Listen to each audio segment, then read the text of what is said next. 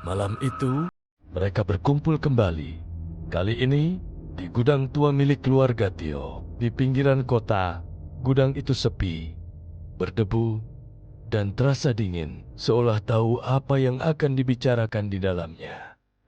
Buku tamu itu diletakkan di tengah meja kayu lapuk. Halaman kosongnya berdenyut, seolah lapar. Kita harus pilih, kata Dika akhirnya, memecah keheningan. Semua menunduk, tak ada yang sanggup menatap satu sama lain. Sari gemetar, air mata mengalir membasahi pipinya. Kenapa harus begini? Kenapa harus ada yang mati lagi? Rian memukul dinding dengan kepalan tangan. Sialan, semua ini kita korban. Harusnya kita nggak perlu ngorbanin orang lain. Tio berdiri, menggenggam erat kunci mobil di tangannya. Aku nggak mau mati, katanya lirih. Tapi, aku juga nggak mau jadi pembunuh. Semua sadar, tidak memilih sama saja dengan menyerahkan diri mereka sendiri. Tiba-tiba, pintu gudang berderit pelan, terbuka sedikit oleh hembusan angin dingin. Bayangan panjang menari-nari di lantai. Waktu mereka hampir habis. Mereka mulai berdiskusi, siapa yang layak menjadi korban. Orang jahat, usul Tayo lagi. Penjahat, seseorang yang memang pantas. Dika berpikir keras. Mereka tahu seorang pria, seorang residivis, terkenal karena kekerasan dan pemerasan di kota mereka. Orang yang tidak akan dirindukan siapapun. Mereka sepakat dengan hati yang berat. Mereka membuat rencana. Malam itu juga, mereka mengikuti pria itu, seorang pemabuk yang biasa berkeliaran di bar tua dekat stasiun. Dika membawa buku tamu itu. Tio menyetir. Rian membawa tali. Sari hanya menangis dalam diam. Semua berjalan cepat dan kabur, seolah mereka terjebak dalam mimpi buruk. Mereka menyeret pria itu ke dalam mobil. Tio melaju ke tempat paling terpencil di pinggir kota tanah lapang gelap, yang bahkan lampu jalan pun enggan meneranginya. Di bawah sinar bulan, mereka membuka buku tamu itu di depan pria yang kini setengah sadar. Dika mengeluarkan silet kecil. Di buku, instruksi aneh terukir. Darahnya harus menyentuh halaman. Dika ragu. Tangannya gentar. Wajah pria itu penuh ketakutan.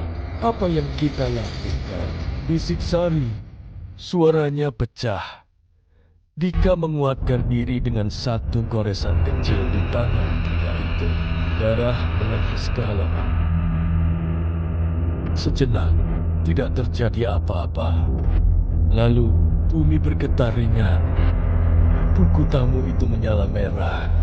Pria itu menjerit, tubuhnya terserap ke dalam bayangan itu. Menghilang dalam sekejap, meninggalkan hanya debu dan bau hangus di udara. Semuanya terdiam setelah menenggelamkan seseorang. Malam itu, mereka kembali ke rumah masing-masing. Tak ada ketukan di jendela. Tak ada bayangan di lorong. Tak ada bisikan. Dan itu berhenti. Mereka selamat. Atau setidaknya, itulah yang mereka pikirkan. Karena di kamar Dika, di rak bukunya, buku tamu itu masih ada. Dan di halaman pertama, tertulis kata baru dengan tinta merah yang lebih pekat. 1 tahun lagi.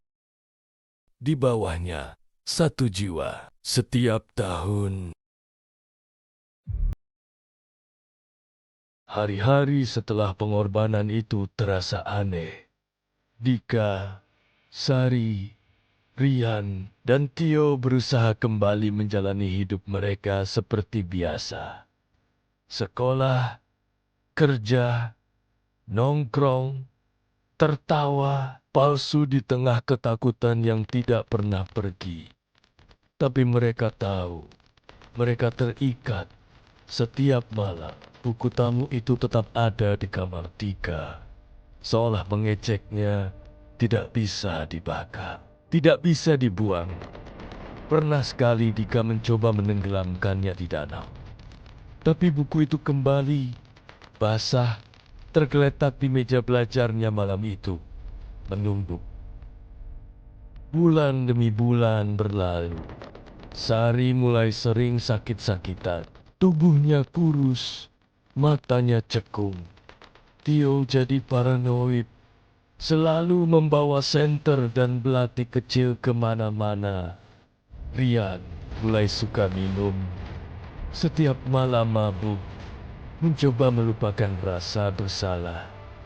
Dika menyendiri, sibuk mencari semua informasi tentang legenda, kutukan, perjanjian kuno, apa saja yang mungkin bisa memutuskan ikatan ini. Tapi jawabannya selalu sama. Tidak ada jalan keluar. Malam-malam tertentu, mereka masih merasakan tanda-tanda. Ketukan samar di jendela. Bisikan namanya di tengah malam. Bayangan tipis berdiri di sudut ruangan, hanya terlihat dari ekor mata. Pengingat bahwa waktu mereka hampir habis. Dan akhirnya mereka sampai di bulan itu, bulan di mana tahun sebelumnya semuanya dimulai. Buku tamu itu bergetar di rak. Halaman-halamannya berbisik pelan, seperti suara serangga di malam hari. Pada suatu malam, buku itu terbuka sendiri, menunjukkan sebuah tanggal, malam penggantian. 3 hari lagi, mereka berkumpul kembali. Wajah mereka lebih tua, lebih lelah, lebih kosong daripada setahun yang lalu. Kalau kita nggak cari korban, kata Rian dengan suara serak, kita tahu apa yang akan terjadi. Sari hanya menangis. Tio mengusap wajahnya dengan tangan gemetar. Dika mengeluarkan buku tamu itu. Kini terasa berat, seolah diisi dengan 1000 dosa. Kalau kita berhenti sekarang, katanya pelan, kita semua mati. Mereka harus memilih lagi, berburu lagi, mengulang dosa yang sama, atau menghadapi akhir mereka. Di luar gudang tempat mereka bersembunyi, kabut mulai merayap di jalanan. Suara bisikan semakin keras, menekan, menusuk ke dalam kepala mereka. Dan di kejauhan, di bawah lampu jalan yang berkelap-kelip, siluet Ratna Surya berdiri, menunggu dengan senyum lebar, tidak sepenuhnya musnah. Karena perjanjian itu adalah perjanjian darah, dan darah selalu menuntut bayaran. Malam itu terasa lebih gelap dari biasanya. Kabut menyelimuti kota, dan angin membawa aroma yang asing, bau kematian. Dik, Sari, Tio, dan Rian duduk di gudang itu. Tak ada kata yang terucap, hanya suara detak jam yang terdengar nyaring, mengingatkan mereka bahwa waktu semakin habis. Buku tamu itu tergeletak di meja, terbuka dengan halaman baru yang bersinar merah terang.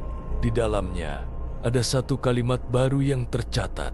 Satu lagi, atau kalian semua, harusnya kita sudah selesai dengan semua ini. Rian berteriak, menggenggam kepalan tangan dengan keras. Satu jiwa lagi, atau kita semua mati kan? Itu pilihan kita. Tio menggeleng, wajahnya pucat, seperti melihat sesuatu yang mengerikan. Semuanya terasa seperti mimpi buruk yang gak bisa kita hentikan. Kita udah nyerah, tapi kutukan ini gak selesai. Sari menangis lagi, suaranya hanya sebuah bisikan putus asa. Kita gak bisa terus kayak gini. kita nggak bisa hidup dengan bayang-bayang itu. Dika mengangkat buku tamu itu, memandangnya dalam-dalam. Apakah ini benar-benar pilihan? Katanya, suara rendah dan pecah. Atau hanya jebakan lagi? Tiba-tiba, di tengah kegelapan, suara itu datang. Selamat malam, teman-teman. Mereka terlonjak. Suara itu mengalir lembut, namun menakutkan. Seakan datang dari tempat yang sangat jauh. Dari sudut ruang yang gelap, sebuah siluet muncul. Ratna Surya berdiri di sana. Wajahnya tidak lagi terlihat seperti manusia. Kulitnya yang terbakar kembali mengelupas, namun matanya menyala dengan api merah yang tak terpadamkan. Jadi, sudah siap? Tanyanya dengan senyuman penuh tipu daya. Tawaran terakhir untuk kalian. Sepertinya suaranya manis, tapi tajam seperti belati. Dika menggigit bibirnya. Matanya berusaha menghindar dari tatapan Ratna. Tawaran apa? Tanya Dika. Suaranya bergetar. Ratna mengangkat tangannya, dan seketika ruang itu berubah. Mereka berada di ruang lain, lebih luas, lebih menakutkan, seperti ruang besar yang terperangkap dalam dimensi yang lebih gelap. Begini, Ratna mulai. Suaranya menggema di seluruh ruangan. Jika kalian tidak ingin mengorbankan seseorang lagi, aku memberikan pilihan lain. Satu orang harus menerima kutukan selamanya. Tugasnya adalah menjaga penginapan iblis untuk waktu yang tak terhingga. Dika menatap Sari, Tio, dan Rian. Mereka tampak kebingungan, berjuang dengan pilihan mengerikan di hadapan mereka. Ratna melanjutkan, satu orang di antara kalian akan menjadi penjaga abadi. Menjalani kehidupan yang terperangkap dalam bayang-bayangku. Seperti aku dulu, seperti kalian. Jika kalian menandatangani perjanjian ini, Sari gemetar. Tubuhnya bergetar. Hebat. Kenapa? Kenapa kami harus memilih? Ratna tertawa pelan. Karena kalian yang membuat perjanjian ini. Kalian yang memilih untuk bebas dan membayar dengan jiwa yang tak ternilai. Tio menggenggam pisau kecil yang selalu ia bawa. Kita nggak punya pilihan. Ini lebih baik dari kita mati semuanya, kan?